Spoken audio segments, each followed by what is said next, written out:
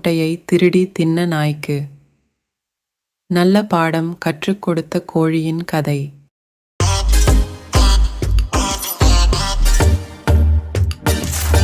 இவா குட்டி, Subscribe. ஒரு விவசாய நிலத்துக்கு பக்கத்துல ஒரு நாய் வாழ்ந்துகிட்டு வந்துச்சு.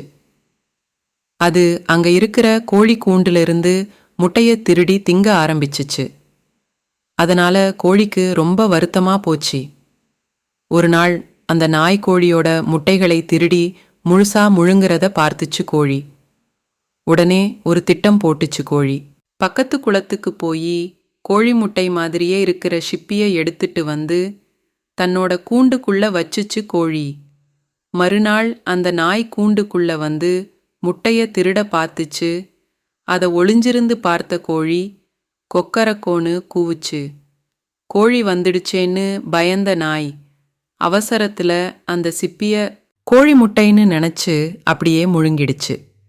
அந்த சிப்பி நாயோட தொண்டைக்குள்ள மாட்டிக்கிடுச்சு. கோழியோட முட்டையை தினமும் திருடி தின்ன நாய்க்கு சரியான தண்டனை கிடைச்சிருச்சு.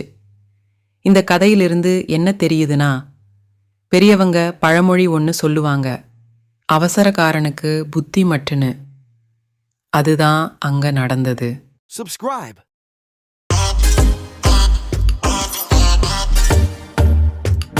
இவா குட்டி.